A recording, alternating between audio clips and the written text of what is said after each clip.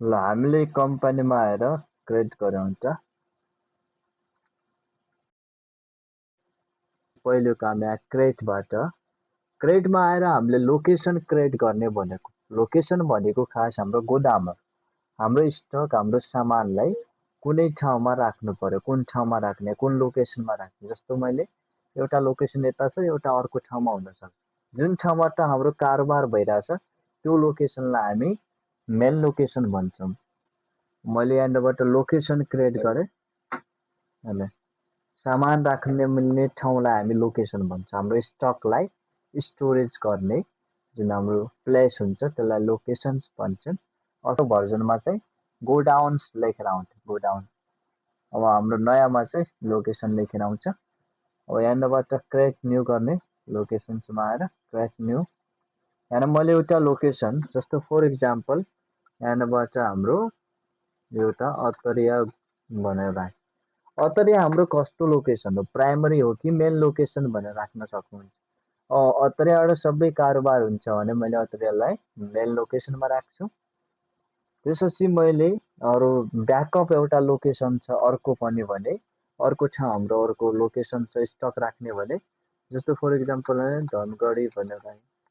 धनगढी भन्ने हाम्रो अर्को लोकेसन छ, अर्को ठाउँ छ जहाँ हामी सामान राख्छौँ। त्यसलाई चाहिँ हामी प्राइमरीमा राख्छौँ हैन। अहिले मैले दुईटा लोकेसन बनाएँ। लोकेसन बनाइसकेपछि हामीले पर्चेज गर्ने कुनै सामान पर्चेज गरेर म एउटा लोकेसनमा राख्छु। एउटामा राखिसकेपछि त्यसपछि त्यसलाई हामी ट्रान्सफर गर्छौँ। अब हामीले लोकेसन क्रिएट गरिसकेपछि अब हामी युनिटमा आउँछौँ। युनिट बनाए जस्तो मैले आज यहाँबाट पिसेज भनेर राखेँ ल। अब मैले आइटम बनाएँ। आइटम फर इक्जाम्पल आजको लागि मैले क्यालकुलेटर राखेँ। ल यो राखेँ। अब मैले अन्डर चाहिँ कुनै पनि ग्रुप बनाएको छैन। अब युनिट चाहिँ पिसेजमा राखेँ। युनिट पिसेजमा राखेर कन्ट्रोल ए गरेँ। अब यसपछि माथि आएर हामीले पर्चेज नै गर्नुपर्ने हो, लेजरमा इन्टर गर्ने। लेजरमा आएर मैले एउटा पर्चेज एकाउन्ट, पर्चेजमा आएर हामी पर्चेज एकाउन्ट चुज गर्छौँ र कन्ट्रोल ए गर्दैछु। त्यसपछि मैले जुन मान्छेबाट एउटा नाम राखेर यसलाई क्रेडिटर राखेँ। र मैले आज बिजनेससँग सम्बन्धित काम गरेन, मैले यति काम मात्रै गर्छु, पर्चेज र त्यो अनि एक लोकेसनबाट अर्को लोकेसनमा सामान राख्ने काम। र यति गरेर कन्ट्रोल ए गरेँ। अब त्यसपछि हामीले आउने भोचरमा, ब्याक आउने, ब्याकमा आएर भोचर। भोचरबाट पहिलो काम हामी सामान किन्छौँ, पर्चेज गर्छौँ। पर्चेज गर्नलाई हामी यहाँबाट पर्चेज भोचरमा आयो। पर्चेजमा आइसकेपछि यहाँनिर सप्लाई इन्भोइस नम्बर, एउटा बिल नम्बर, डेट राख्ने, पार्टी एकाउन्ट नेम कहाँबाट, सरिता स्टोरबाट, कन्ट्रोल ए गर्ने। अब यहाँनिर purchase ledger, purchase account choose गरेपछि हामी के किन्दैछौँ, क्यालकुलेटर भन्ने सामान बनाउँछौँ। अब यहाँनिर हामीलाई आउँदैछ नयाँ अप्सन भनेको लोकेसन।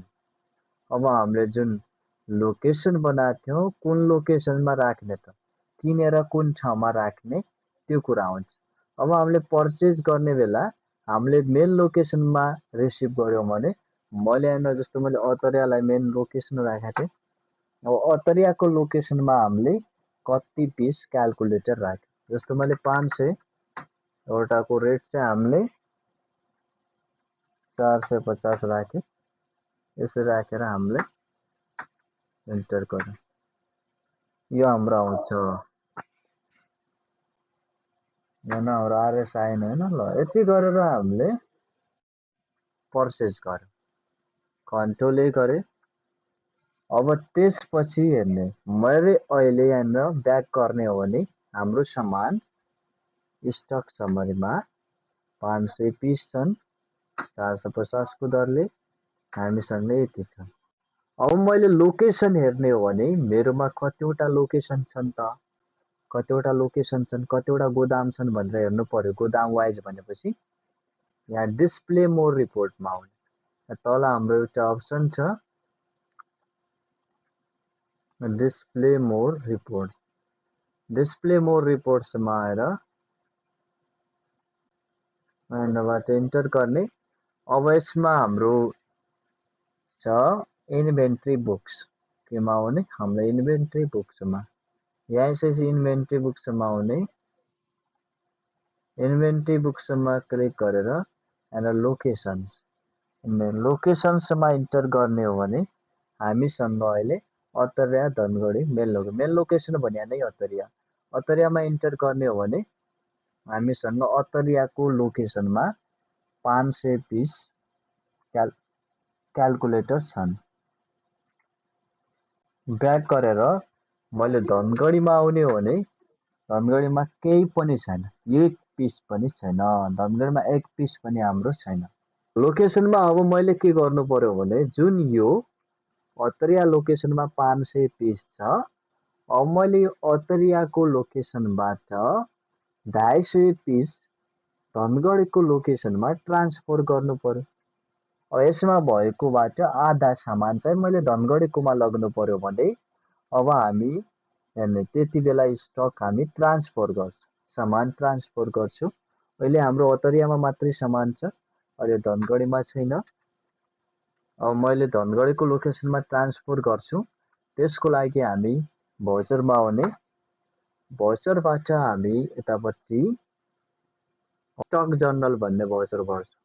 यहाँ जनरल भन्ने छ साइडमा, जनरल लेखेको छ, जनरलको साइडमा यहाँनिर यो कुनामा सानो एरो छ, यता कुनातिर तपाईँले यो कुनामा क्लिक गर्यो भने यो कुनामा यो भित्र 3टा जनरल देखाउँछ, जनरल, स्टक जनरल र फिजिकल स्टक।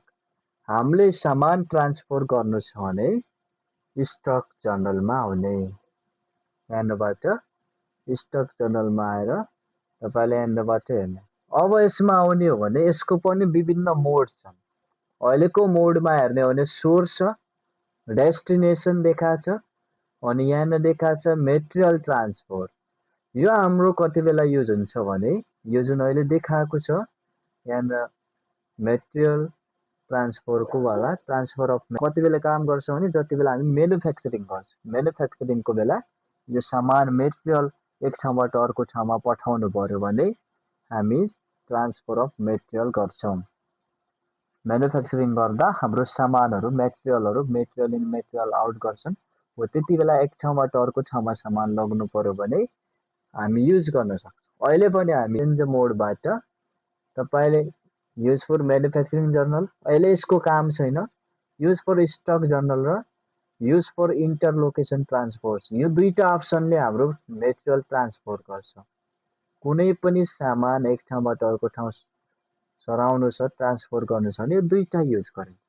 जसमा हाम्रो युज फर स्टक जर्नल भनेको चाहिँ हाम्रो म्यानुफ्याक्चरिङको बेला युज हुन्छ र use for inter location transfer भनेको नर्मल ट्रान्सफरको लागि युज हुन्छ सामान हो। अब मैले फर्स्टवाला नै युज गरेर पनि ट्रान्सफर गरेर देखाउँछु, यो दोस्रोवाला युज गरेर पनि हाम्रो सामान ट्रान्सफर गर्छौँ। यो दुईटैले हाम्रो ट्रान्सफर नै हुन्छ। अब फरक तरिका छ, यिनीहरूको पर्पज फरक छ, फरक टाइमको लागि हामी युज गर्छौँ। तर अहिलेको लागि मैले नर्मल्ली युज गर्नलाई पनि माथिवाला युज गरेँ, यही वाला आयो। अब सोर्स भनेको हाम्रो कुन ठाउँको सामान सराउने त एक ठाउँबाट अर्को ठाउँमा लगाउने भने हामीले अतरियाको गोदाममा भएको सामान धनगढी लग्ने भनेपछि जुन ठाउँबाट हामी सराउने हो, जस्तो अतरिया भनेको हाम्रो सोर्स हुन्छ, धनगढी भनेको डेस्टिनेसन हाम्रो। हाम्रो कुन ठाउँमा छ अहिले सामान अतरियामा छ, अतरियाबाट हाम्रो क्यालकुलेटर चाहिँ हामी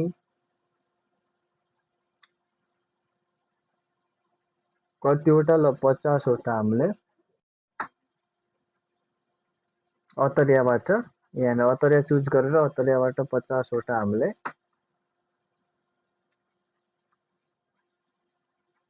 सोर्सबाट राख्छौँ। अब यहाँ डेस्टिनेसनमा पनि हाम्रो डेस्टिनेसन भनेको धनगढी, त्यही चिज क्यालकुलेटर नै कुन ठाउँ धनगढी कतिवटा 50 वटा पिस लग्ने। अनि यताको अत्तरियाबाट हाम्रो कन्जप्सन हुन्छ र प्रोडक्सनमा 50 पिस यहाँ क्याल्कुलेटर देखाउँछ। यो भनेको यहाँबाट सामान घटेर यता चाहिँ हाम्रो बढ्छ भनेको 50 पिस। यो कति बेला युज गर्छ भने जस्तो मैले यतापट्टि र मेटेरियल राखेको छु, जस्तो फर इक्जाम्पल कम्प्युटर बनाउने कम्पनी हो भने कम्प्युटर बनाउनु चाहिने ऱ्याम मदरबोर्ड यतापट्टि राख्छु, यताबाट सबै युज भएर यतापट्टि चाहिँ एउटा कम्प्युटर बनेर आउँछ। त्यो टाइपको बनाउनु मिल्छ क्या। तर मैले अहिले क्याल्कुलेटर नै थियो, क्याल्कुलेटरलाई नै यतापट्टि क्याल्कुलेटर नै देखाइदिएँ। अब यो गरेर कन्ट्रोल ए गर्ने, कन्ट्रोल ए गर्ने बेला हाम्रो भइसक्यो। अब तपाईँले हेर्ने हो भने स्टक समरीमा त जति सामान छ त्यति नै देखाउने हो, तर तपाईँले अब डिस्प्ले मोर रिपोर्ट्समा आएर यहाँबाट हाम्रो इन्भेन्ट्री बुक्समा आउनुहुन्छ भने लोकेसन्समा यहाँनिर अत्तरियामा कति छ अब 450 मात्र। अघि हाम्रो 500वटा पिस थियो, अब 450 छ। अब 50 पिस कता गयो त भन्दा यहाँ धनगढीमा आइसकेको छ। म्यानुफ्याक्चरिङ भएर यसरी टाइपले आउँछ। स्टक जर्नलबाट 50 पिस आयो। ल यो प्रकारको युज गरिन्छ। अब हामीले खासमा हामीले इन्टरलोकेसन ट्रान्सफर गर्ने नर्मल तरिकाले ट्रान्सफर गर्दैछौँ भने हामीले म्यानुफ्याक्चरिङको बेला मात्रै त्यसरी गर्छौँ। भाउचरमा आएर हेर्ने, अघि हामीले भर्खरै स्टक जर्नलबाट ट्रान्सफर अफ मेटेरियल भन्ने भाउचर भयो।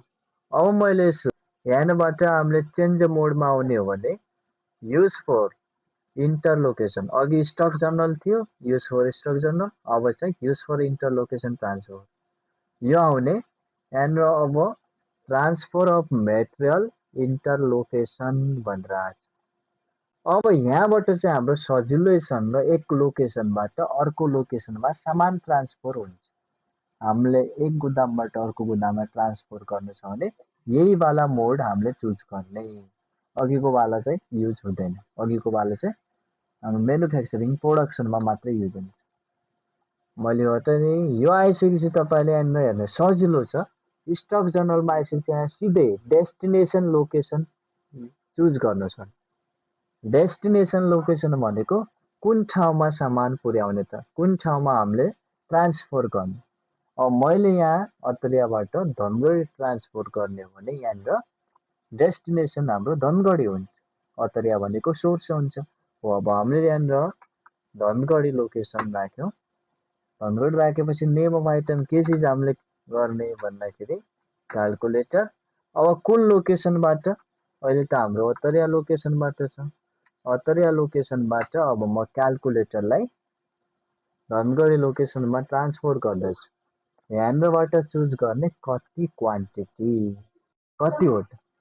अब मैले यहाँनिरबाट 450 बाँकी छ हाम्रो अत्तरियामा, 450मा मैले 200वटा ट्रान्सफर गर्दै 200 पिस ट्रान्सफर गर्छु धनगढी लोकेसनमा। इन्टर गरेर कन्ट्रोल ए गर्ने। यहाँ तपाईँले यहाँनिर लेख्न सक्नुहुन्छ, यो गरेर कन्ट्रोल ए गरिदिन सक्नुहुन्छ।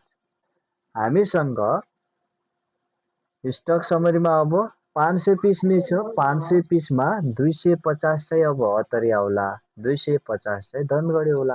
अब मैले हेर्ने हो भने यहाँ लोकेसनमा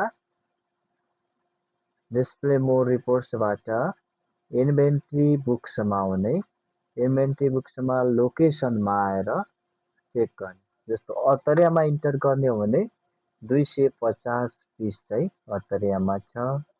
ब्याक गरेँ। धनगढीमा हेर्ने हो भने धनगढीमा पनि 250 छ।